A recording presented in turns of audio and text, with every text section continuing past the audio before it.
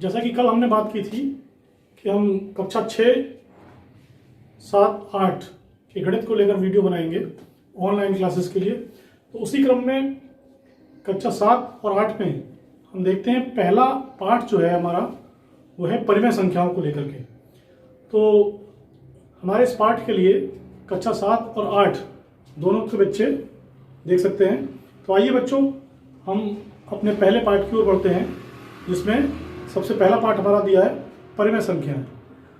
तो परिमेय संख्याओं को से परिचित कराने से पहले मैं आपको बताना चाहूँगा कि आखिर ये संख्याएं, इनकी क्या आवश्यकता होती है, आखिर क्यों इन संख्याओं के बारे में हम आपको आज बताएंगे। देखिए, सबसे पहले जैसा कि यहाँ दिया हुआ है, देखिए सबसे पहले आप गिनने की प्रक्रिया शुरू करते हैं। जब आप गिनने की प्रक्रिया शुरू करते हैं तो आप जानते हैं प्राकृतिक संख्याओं को, जिन्हें गिनने के लिए प्रयोग किया जाता है, जैसा 1, 2, 3, 4, 5, 6 इन संख्याओं को जिनको गिना जाता है। किसी भी वस्तुओं को गिनने के लिए हम जिस चीज़ का प्रयोग करते हैं उन्हें हम प्राकृतिक संख्याएं कहते हैं। तो सबसे पहले हमने जाना प्राकृतिक संख्याओं के बारे में। शून्य के आविष्कार होने के बाद यदि हम शून्य को शामिल कर लेते हैं, 0 को शामिल कर लेते हैं, तो उसको हम कहते हैं पूर्ण संख्याएं, होल नंबर्स, पूर्ण संख्याएं कहते हैं हम। पूर्ण संख्याओं की जानकारी प्राप्त करने के बाद हम अगले क्रम में सीख चुके हैं पिछली कक्षाओं में ऋण पूर्णांक, धन पूर्णांक। जैसे 1, 2, 3, 4 होते हैं, ऐसे ही -1, -1, -2, -3, -4 भी संख्याएं होती हैं जिनको ऋण पूर्णांक कहते हैं, और प्लस वालों को धन पूर्णांक कहते हैं। इनके बारे में भी हम जान चुके हैं। अब हम अगले क्रम में यदि बढ़ें तो आखिर जो बात आ रही है कि परिमेय संख्याओं की क्यों आवश्यकता हुई, उसी की ओर मैं जाना चाह रहा हूं। जैसे देखिए आप, यदि हम समुद्र तल से किसी वस्तु की ऊंचाई मान लें 600 मीटर है, यदि इसे हम किलोमीटर में चेंज करें तो आप देख रहे होंगे 3/5 किलोमीटर लिखा हुआ है। ऊंचाई को हमने 3/5 किलोमीटर लिखा है। ठीक इतना ही समुद्र तल से हम गहराई पर कोई बिंदु ले लेते हैं, वो भी 600 मीटर ही है, वो भी 600 मीटर ही है। देखिए 600 मीटर। तो क्या हम इस गहराई को भी 3/5 किलोमीटर ही लिखेंगे? नहीं। देखिए, ये विपरीत दिशा में होने के कारण, ये ऊंचाई ऊपर है और गहराई नीचे है, विपरीत दिशा में होने के कारण हम इसे एक ऋण चिन्ह द्वारा, एक नेगेटिव साइन द्वारा शो करते हैं, दिखाते हैं। -3/5 किलोमीटर गहराई को लिखना बिल्कुल उचित है। तो अब देखिए, यहां पर हम बात करते हैं -3/5 आखिर क्या है? क्या -3/5 पूर्णांक है? नहीं, -3/5 पूर्णांक नहीं है और भिन्न भी नहीं है। भिन्न क्यों नहीं है? क्योंकि भिन्न ऋणात्मक नहीं होती है। ऐसे ही हमें कुछ उदाहरण ही है। इसे देखिए आप, -15 को यदि हम भाग करते हैं 5 से तो उत्तर आता है -3, ये पूर्णांक है। -12 को यदि हम भाग करते हैं 2 से तो आता है -6, ये भी पूर्णांक है। इसी प्रकार 0 को यदि भाग करते हैं 5 से तो आता है 0, 0 भी एक पूर्णांक संख्या है। 12 को यदि भाग करते हैं 5 से तो आता है 12/5। देखिए, ये पूर्णांक तो नहीं है लेकिन भिन्न है।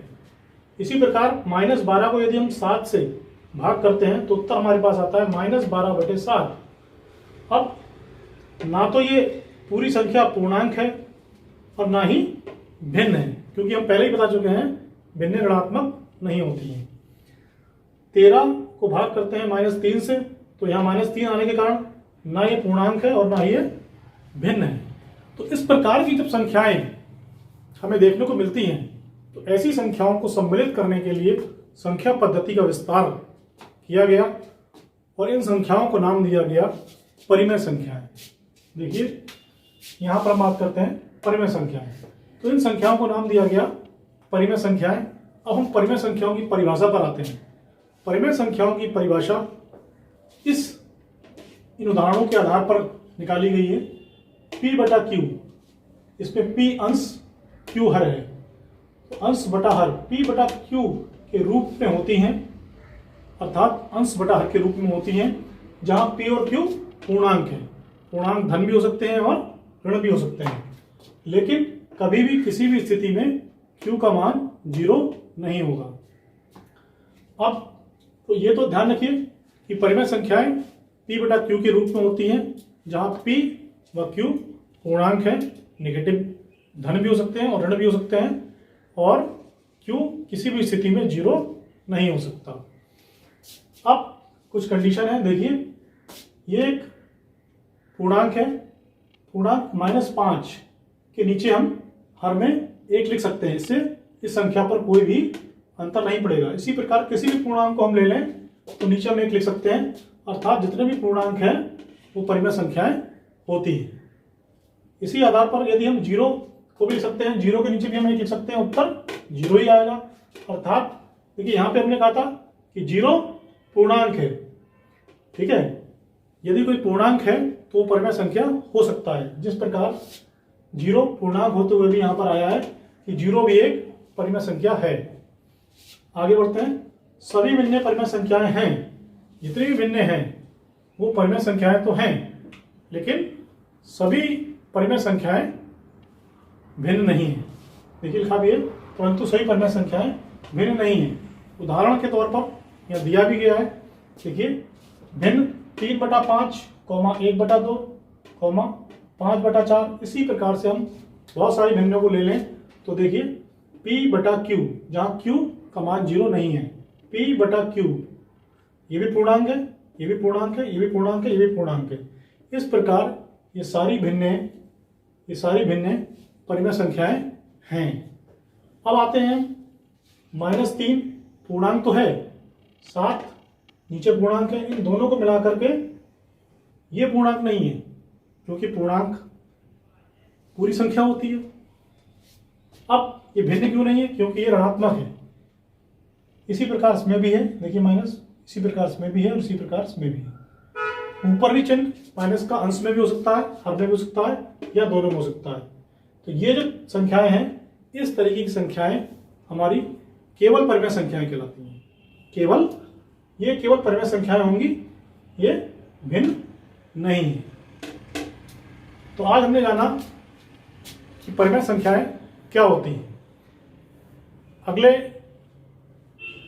क्रम में हम जानेंगे कि परिमेय संख्याओं के एप्लीकेशन के आधार पर हम परिमेय संख्याओं के आगे सम्स जो हमारे कोर्स में दिए हुए हैं उसे हम करेंगे कि किस प्रकार करते हैं।